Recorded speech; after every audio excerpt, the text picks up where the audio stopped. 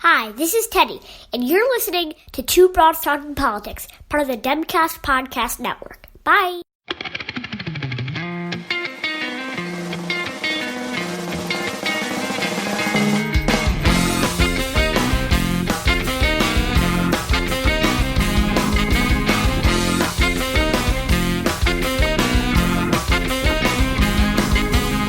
Are you listening? Hey everyone, this is Kelly with Two Broads Talking Politics, and today I am joined by Kerene Tayloe, who is the Director of Federal Legislative Affairs for We Act for Environmental Justice. Hi, Kerene. Hey, how are you doing today? I'm great. I'm super excited to talk to you, and this feels like a super good moment to be talking about environmental justice. Yeah, I think all of us in the environmental justice movement appreciate and understand, I think, the platform that we have. It's been, decades work, folks that I look up to who've been doing this for a very long time. But I think the national focus that we're receiving around climate justice, environmental justice, et cetera, really affords us the opportunity to share not only, what we believe in and what we're fighting for, but to speak up for communities who don't normally get this level of attention. Yeah. So tell me a little bit about your background and how you got into this work.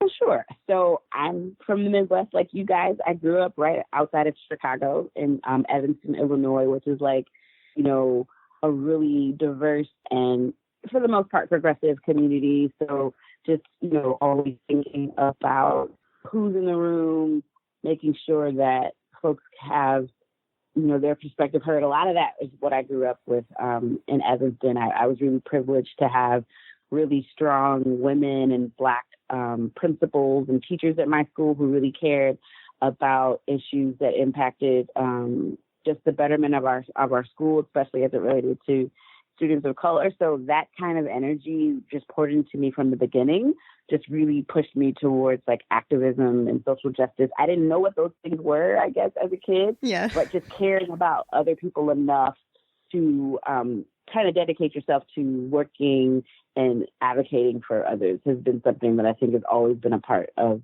my environment. Even beyond, growing up in the Midwest and going to a historically Black college, Fisk University, and being exposed to the civil rights movement and how that school played a role with folks like John Lewis and Diane Nash, who were young, college kids at the time, but really cared about advancing civil rights for African Americans.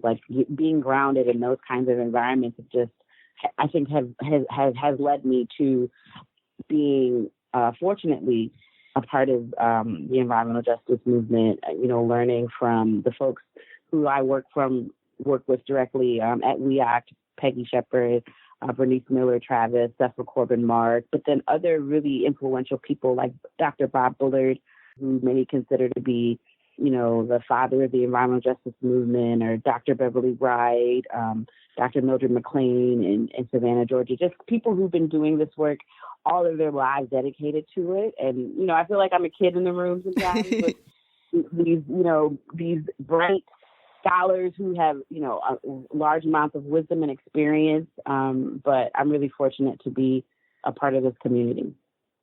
So let's talk a little bit about sort of what environmental justice means. So I think that, hopefully people listening to this podcast, this isn't a totally new concept to them, but I think, in a lot of ways, although it's certainly not a new concept, it's coming more to the fore. People are talking about it a little more. I was saying to someone the other day, they asked me what the biggest social justice issue of the day is. And I said, environmental justice. And that was sort of mind blowing to them. They had never thought about that. So what does environmental justice mean in this context? What are the kinds of things we should be thinking about inclusively when we're thinking about what environmental justice should entail? Yeah, so environmental justice embraces the principle that all people and all communities have a right to equal protection and equal enforcement of environmental laws and regulations. And I think anyone who pays attention to where people live and the conditions of their environments and communities know, race is the biggest indicator of the placement of, our most toxic facilities, our, depending on what side of the track you live on, et cetera, we're not going to have access to a lot of green spaces or even grocery stores that have healthy foods. Like all of these things in terms of the condition of our neighborhood is primarily determined by race. And then also, when we look at the, politics and, whether it's local, state, federal government, whatever, the people who tend to not have the political voice to push back against some of this will likely be people of color, low-income communities, Appalachia folks, Native indigenous communities. And this has been the history of our country. It is all systemically tied to social injustice. And I think our inability to address racial problems, growing up in the Midwest, we think about like redlining in Chicago and how that impacted people's abilities to not only be home owners, but, the value of their homes and the communities. And even a place like Evanston, where we have really great schools, it's because of the real estate and the property value there. But then a place like the South Side of Chicago, that isn't the case, again, because of redlining and all those other kinds of things. And so then you'll have more industry there because that community doesn't have the political power to push back against it. And so those kinds of problems are duplicated in not only, the Midwest or, places like Flint or Detroit, but we see it in the agricultural South, where a lot of communities have systemically had to deal with, industry coming in and even local and state governments turning a blind eye to it because folks don't want it in their backyard. So then put it over there where the Black people live. And so then because of these choices, our communities are going to have disproportionate cases of asthma and respiratory problems and even, poor home conditions, et cetera. And it's really, I think, easy to say, well, that's their fault. It's because they don't know how to maintain their home. But that's a lie. It's a choice that we see. And so when we think about the environmental impacts, the community that I'm proud to be a part of, we see that as clear signs of environmental racism.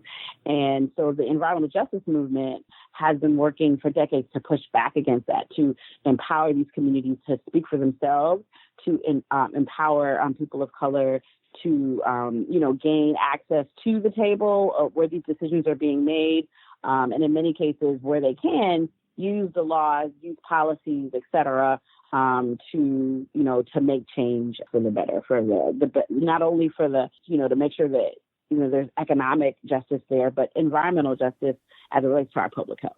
So we're talking now just a few days after the first ever presidential climate forum that was hosted by CNN. Notably, the DNC did not agree to have a climate debate. But what are the kinds of things that you're seeing and hearing that you're excited about finally being in the conversation? And are there things that you think are still being missed? Yeah, I was really fortunate to actually be in the room during the CNN town hall and to see, at least on the Democratic side, all of the candidates present talking about environmental issues. I think shows how far this issue has come. Of course, looking back at 2016 or previous election cycles, this wasn't always something in terms of climate or environmental issues that was getting this national platform. So it was great to see CNN, devoting what felt like a marathon of, primetime hours to this topic.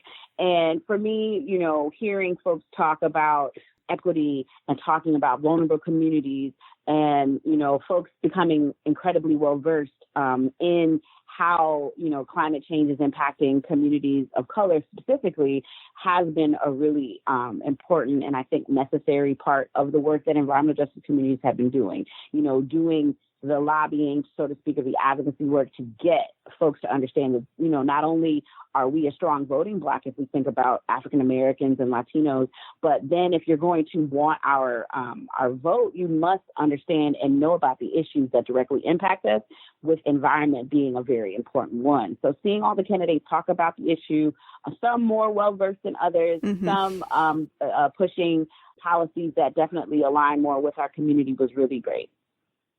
Do you think that there are pieces that are still being missed, or do you think they're doing a decent job sort of getting at the issues? I think so. And I really want to give a shout out to Governor Jay Inslee, who, recently dropped out. But I think he set the stage for really making, having climate be his main issue. And folks are like, well, why is it his only issue? Yeah. But I think it speaks to the fact that it has to be, we have to look at everything holistically as it relates to climate issues, and, whether that's with trade, whether that's with, looking at our economy, our military, et cetera. All of those things intersect with some type of environmental or climate issue. So his leadership and the platform that he introduced before he dropped out was really one of the most aggressive platforms that a lot of environmental justice groups, having reviewed it, really thought that it spoke to our issues. And seeing folks like Senator Elizabeth Warren and Senator Bernie Sanders and, Kamala Harris, et cetera, Cory Booker, reach out to EJ groups to ask more about what our perspectives are around these issues and really seek our counsel and our opinion, I think, has been very important. And so seeing all of these candidates, to a certain degree, begin this process of rolling out their platforms and talking about equity, talking about the impacts, of how race intersects here and social justice issues, I think has really been important.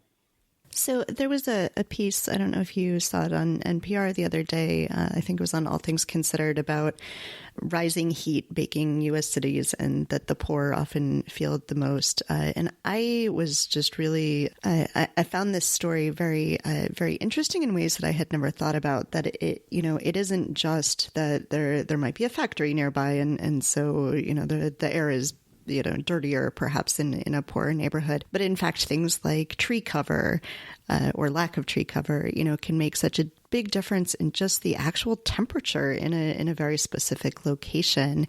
What are, I guess the question I'm getting at then is sort of what are some of the things, in addition to sort of having a larger conversation about what our priorities should be, what are sort of some concrete things that could be done and could be done relatively quickly or easily to help communities, poorer communities, communities of color that are really suffering the effects of climate change more acutely than the rest of the public might currently be feeling them, but of course will be soon? That's a really good question. And I think my organization, We Act, work around the urban heat island effect, I guess, which is the term that they use to describe what you brought up, has been really extensive in terms of like meaningfully engaging our members, our 800 membership base, to figure out how they are impacted by heat every single year. Mm-hmm. And we've done a number of studies and even had heat monitors in people's homes to see just, and on some of the hottest days, if you don't have, central air, if you don't have access to green spaces, et cetera, and you live in a concrete building, brick by brick, which, a lot of these buildings are older and they were built with the intent of trapping heat. And so you have that structural thing in place, and then you have this external thing of increased temperatures that we're seeing in heat waves. So you're having people struggle with that every single day, and that's something that we really care about and we're really concerned about. So in addition to having those heat exposures and issues, folks are also dealing with energy insecurity, not able to even pay their bills accordingly to have AC. And so they're making this decision, well, it's really hot outside, and I can't afford to have these very exorbitant, bills every month. So how do I maintain, how do I stay cool? And a lot of people don't. I remember growing up in Chicago and people only think about our area as like these really crazy winters and like summers, like do they exist? But there'd be so many cases, as far back as I can remember, people dying in the summer. And why is that? Because they didn't have access to central air or really strong, AC system in their home. And so people are, especially poor, low-income folks, they're in their apartments and they're sweating, and if you don't have access or aware of even a cooling center in your community to go to in these really hot days, like what options do you have? And so when we think about like developing policies or developing strategies to counteract that, it's going to be, allowing folks to know that cooling centers exist, or having more shaded and green areas, and parks, and helping people with their electric bills to be able to cover these costs. And I think as we see every summer, I think with this summer, it was like 100 degrees a couple days in a row here in D.C. alone. And, I'm fortunate to say that I can come home and turn on my AC, but a lot of people can't afford to do that. And so you suffer. And a lot of people suffer in silence. And a lot of those people tend to be Black and brown people who live in our cities. Yeah, I lived briefly in Southern California, and when I came back to the Midwest, everyone said, aren't the winters so difficult? And I said, no, it's the summers. It's the summers that are so much worse in the Midwest than they are in Southern California. And yeah, I think people don't really think about that, although, unfortunately, the climate getting hotter, hopefully people are sort of seeing that more and realizing the effects that extreme heat can have on people. Yeah, and I mean, that was one of the questions. Well, Peggy Shepard, who is our executive director, that was her question that she was able to ask at the town hall. Like, how do we address the fact that communities of color are already, burdened from an environmental injustice perspective? But then when you add climate change and all of these extreme weather occurrences, whether it's heat or even cold weather, et cetera, how do you, and that was her question to Beto, like, how do you counter that? How do you support and make sure that these communities, don't have to suffer the way that they have historically been suffering with these extreme heat situations? So I think one of the ways that the sort of anti-climate change people have really had such an effect on the conversation in a really negative way is this idea that we have to choose between climate and workers. And so I'm really interested in this idea that, in fact, moving toward more sustainable practices that will help with, greener technology can actually lead to opportunities in workforce development. And so I see that We Act works on worker training and job readiness. And I wonder if you could talk about that piece of it a little bit and what that means and how we can sort of reframe this conversation. Yeah, I think We Act for Environmental Justice based in Harlem. We've had a longstanding worker training program where free to the community there in Harlem, we provide OSHA training. And that's, a really important certification to help folks get jobs on, construction sites, et cetera. And I think a big part of that, too, is when we think about even the criminal justice system and how that impacts people's abilities to get jobs, the construction industry tends to be a little bit more forgiving of folks that might have a record. And so that's been an important training that we've had. And so within the last 2 years, we've also expanded this OSHA training to now have what we call our Solar Uptown Now solar installation training program. And that's where we're actually training folks there in Harlem about PV installation and then installing solar panels on affordable housing units in Harlem. So then not only are we giving people this really viable skill, but then we're then showing and allowing the community to benefit from clean and renewable energy that will, not only cut their bills, but also reduce CO2 emissions. And so that's been our solution, like showing that, yes, we care about the environment and it does not require or mean that we're going to lose jobs. It can be an important job creator. And the solar job industry is one that's growing tremendously, even beyond solar, even like wind turbine technicians, et cetera. There's so much demand in that area, but we're also concerned about the lack of diversity that exists in these growing industries. I think it's only it's a very small percentage of the solar industry that is African American, that is Latino. And so our program, and there are many others through a number of partners that we have, has been to our goal is to not only address these environmental issues and talk about climate and how, what the solutions are, but use those solutions to create economic opportunities for our communities. And so we're really proud of our Solar Uptown Now program. And it's already, I think we've had 11 installations, and we're looking to expand more, and we're looking to train even more people in the Harlem, in the community that we're based in. And we also want to, in addition to moving beyond the training aspect, we understand that there needs to be policy to push for that. And so in February, we worked with Congressman Donald McEachin to have a briefing on the Hill about the impacts of the renewable energy sector on communities and how that in itself can be an opportunity to create jobs. And so we brought in folks from across the country, from Detroit, from Louisiana, from Baltimore, to talk about their own worker training programs and how they've impacted and really changed people's lives and created career opportunities for people who were underserved or underemployed. And, how, especially as the demand for green and renewable energy increases, how this sector can be used as a way to create economic opportunities for Black and brown people. I always like to make sure our listeners have some calls to action. So what are some things that you would like to encourage our listeners to do, either directly with your group or more generally, things you'd like to ask them to work on in the coming weeks, months, decades? Yeah, forever. And of course, as individuals, we can also, we can look at what we're doing every single day. And even beyond like recycling, which depending on who you ask, there's some struggles there. I think that we maybe demand, the companies that you frequent or the businesses that you frequent to look at more sustainable practices, avoiding plastic, of course, getting reusable water bottles, even, getting a metal straw, because I don't particularly like paper straws. I know we're supposed to like them, but they're not that good, right? But having a reusable metal straw would be, a really good personal thing to just kind of carry around.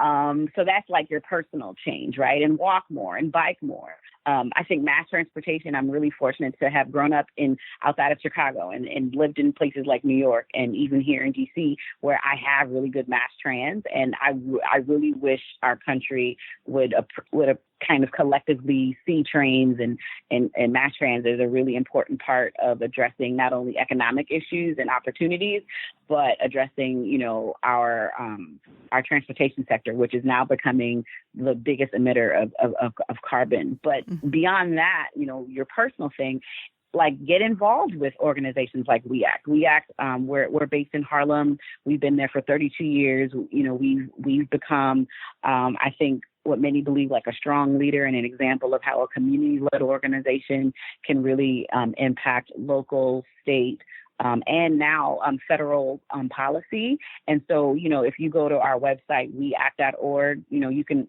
folks who are in Harlem or even outside of Harlem, we'd love for you to become a member.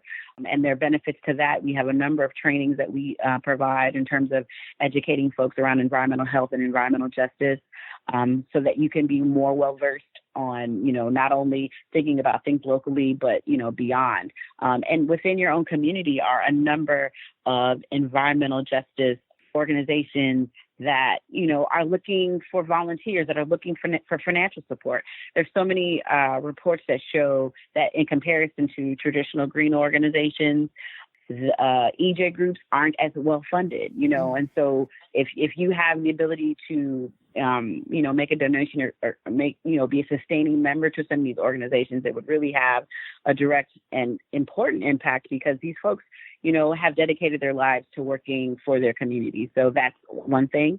I would recommend folks take a look at the Equitable and Just Climate platform that we were a part of.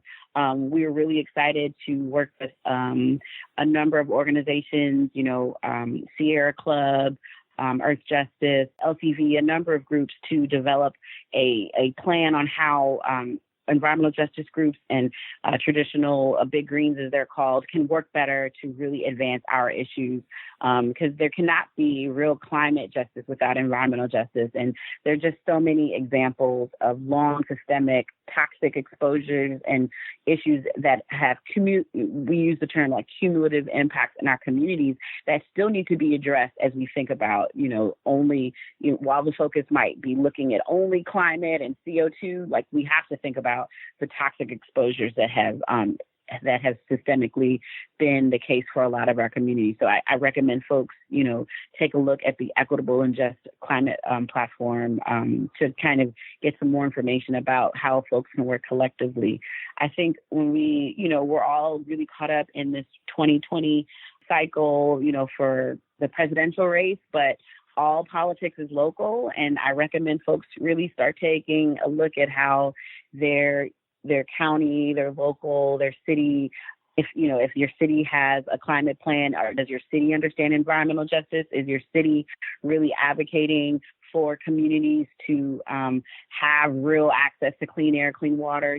We look at places like Flint, and however many years that's been, the case. But the reality is that there's Flint's happening and experiencing these problems for decades. So becoming more involved in your local political structures and your social activism at that local level will have a really great impact as things kind of rise to the top. And so, of course, vote the issue, but stay active.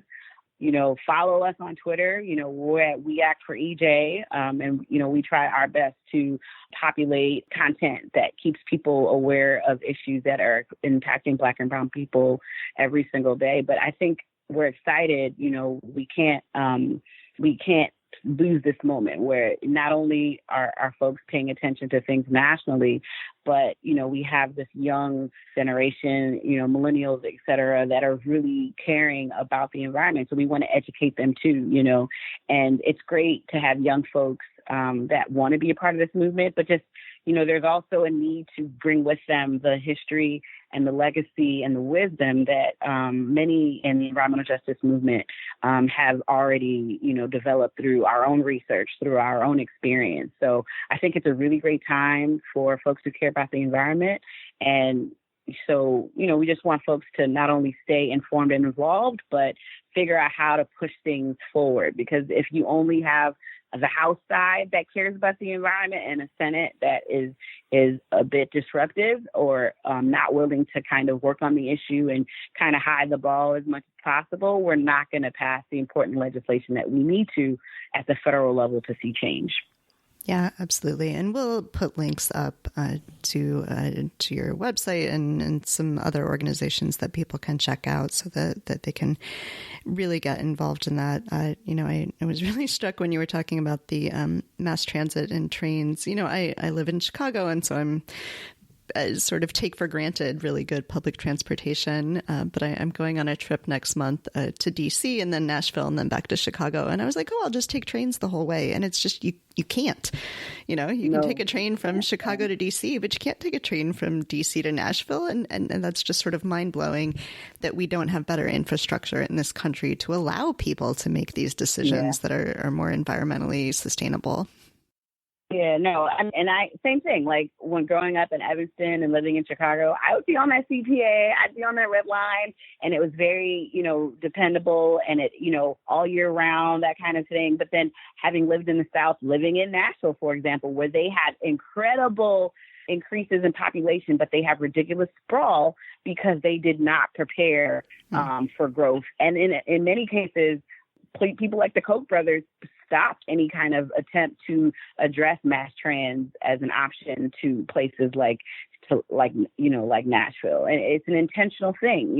If you get people out of their cars, there's going to be less oil, right? Yeah. And so there's an industry interest in making sure that people stay in their cars and dependent on these vehicles. But then the byproduct of that is there'll be an increased emissions issues, and that's going to be a problem for a lot of Black and brown communities because our communities tend to be more closely adjacent to our highways, to our major roads. And so you're going to see particulate matter be really high in our communities, and asthma rates and all those kinds of things follow in suit because of these decisions, which then leads back to the earlier discussion about the placement of our communities through redlining, et cetera. So it's all connected. And I've spent time overseas, in Europe and in Japan, and their trains are so cool, and we're so behind. And, I appreciate the candidates that mentioned that, too, just a few nights ago on CNN, the role of transportation and mass transit in addressing our carbon emissions and our pollution problem here in the States. All right. Is there anything else that you want to make sure that we talk about? No, I think I can go on and on about it, but I think I appreciate the opportunity to share with folks. I think one thing we're always concerned about, I think, in the environmental justice movement is we're really excited when folks care about the environment. They care about trees. They care about the polar bears. All of those things are really great and important bellwethers that help us indicate what's going on in our ecosystem. But I think folks forget about the public health aspect and just how everyday people are impacted in the same kinds of way. And sometimes we suffer in silence. Like we assume that asthma, it runs in our family, or this kind of cancer runs in our family. But in most cases, it's not that at all. It's just we tend to be in communities and in environments that aren't, afforded the same political power in terms of deciding what gets placed there. So I think, we appreciate the platform that you provided for us today. We look forward to engaging with folks more around this topic, because when we can think about all of the animals and the trees and also the people who are impacted, we can then, save our earth, because we need it, for everything. And environmental justice has to be a part of all discussions around climate change. Excellent. Well, thank you so much for speaking with me today. This is really great. I love the work that you are doing, and I'm so thrilled that, for as terrible as it is that the reasons people care about climate change now is that it's more obvious to people now. It's great that people are finally talking about it and thinking about it, and that it's much more in the public discourse. Oh, thanks, Kelly. It was great. Thanks for listening to Two Broads Talking Politics. Our theme song is called Are You Listening? Off of the album Elephant Shaped Trees by the band Immunuri, and we're using it with permission of the band. Our logo and other original artwork is by Matthew Weflin and was created for use by this podcast.